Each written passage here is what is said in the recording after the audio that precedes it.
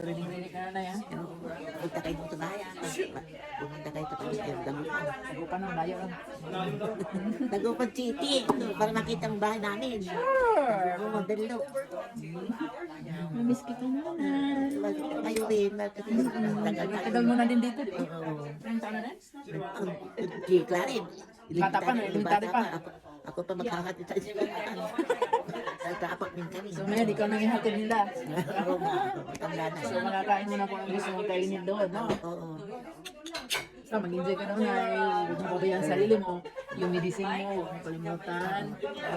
Kayo rin. Baka makalimot kayo sa akin. Ay. Balian kayo, punta kayo sa Bunong Delok. Tabi mo lang ang Nora Gutay. Sige po. Kaya huwag mo lang kalimutan na. Huwag mo kami intindihin. Intindihin mo yung sarili mo. Ilagaan mo yung sarili mo.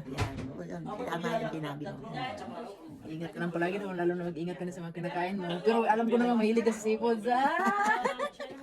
Siya nandaan namin sa bata pa kami. Ganun talaga?